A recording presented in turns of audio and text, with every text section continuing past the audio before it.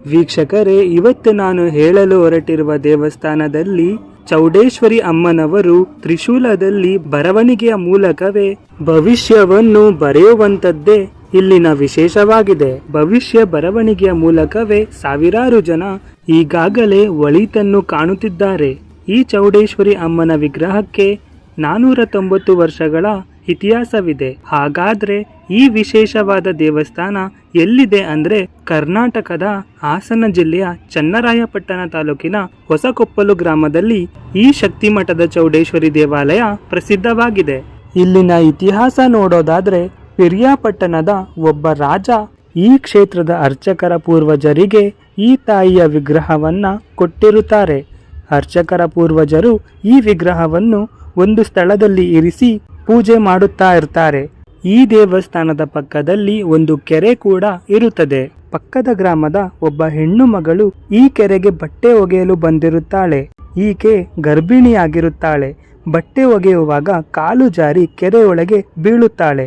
ತಾನು ಸಾಯುತ್ತೇನೆಂಬ ವಿಷಯ ತಿಳಿದ ಅವಳು ಕೆರೆಗೆ ಒಂದು ಶಾಪವನ್ನು ಹಾಕುತ್ತಾಳೆ. ನನ್ನ ಒಡಲು ಹೇಗೆ ಒಡೆಯುತ್ತಿದೆಯೋ ಅದೇ ರೀತಿ ಈ ಕೆರೆಯ ಕೋಡಿಯು ಕೂಡ ಒಡೆಯಲಿ ಎಂದು ಶಾಪ ಹಾಕುತ್ತಾಳೆ. ಕೆರೆಯ ಕೋಡಿ ಒಡೆದು ಸಂಪೂರ್ಣ ಕೆರೆಯ ಪಕ್ಕದಲ್ಲಿದ್ದಂತಹ ಗ್ರಾಮಗಳು ಹಾಗೂ ದೇವಾಲಯವೆಲ್ಲ ನಶಿಸಿ ಹೋಗುತ್ತದೆ.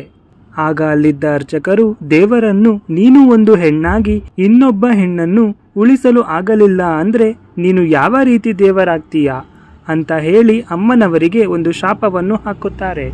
ಆ ಶಾಪ ಏನಂದ್ರೆ 9ನೇ ತಲೆಮಾರಿನವರೆಗೂ ಪೂಜೆ ಪುನಸ್ಕಾರಗಳು ಇಲ್ಲದಂತಾಗಲಿ, ನೀನು ಭೂಮಿ ಒಳಗಡೆ ಹುದುಗಿ ಹೋಗು ಎಂದು ಶಾಪವನ್ನು ಹಾಕಿದಾಗ ಈ ಮೂರ್ತಿ ನೀರಿನಲ್ಲಿ ಕೊಚ್ಚಿ ಹೋಗಿ ಮಣ್ಣಿನಲ್ಲಿ ಹೂತುಕೊಳ್ಳುತ್ತದೆ. ಇತ್ತೀಚೆಗೆ ಕೆಲವು ವರ್ಷಗಳ ಹಿಂದೆ ಅರ್ಚಕರ ಕುಟುಂಬದವರಿಗೆ ಅಮ್ಮನವರು ಕನಸಿನಲ್ಲಿ ಬಂದು ನಾನು ಮಣ್ಣಿನಲ್ಲಿ ಹುದುಗಿ ಹೋಗಿದ್ದೇನೆ ಅಂತ ಹೇಳುತ್ತಾರೆ.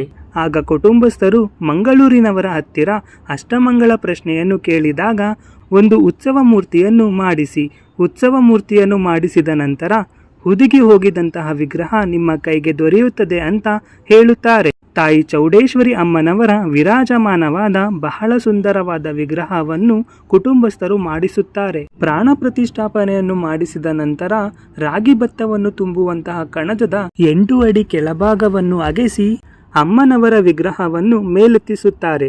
ಅವತ್ತು ಈ ಶಕ್ತಿ ಕುಟುಂಬದವರ ಕೈಗೆ ಸಿಕ್ಕಿದ್ದರಿಂದ ಗುಡಿ ಗೋಪುರವನ್ನು ನಿರ್ಮಿಸಿ ಶಕ್ತಿ ಮಠವನ್ನಾಗಿ ಮಾಡುತ್ತಾರೆ. ಅದೇ ಇವತ್ತಿನ ಶಕ್ತಿ ಮಠದ ಚೌಡೇಶ್ವರಿ ಅಮ್ಮನವರ ದೇವಾಲಯವಾಗಿದೆ.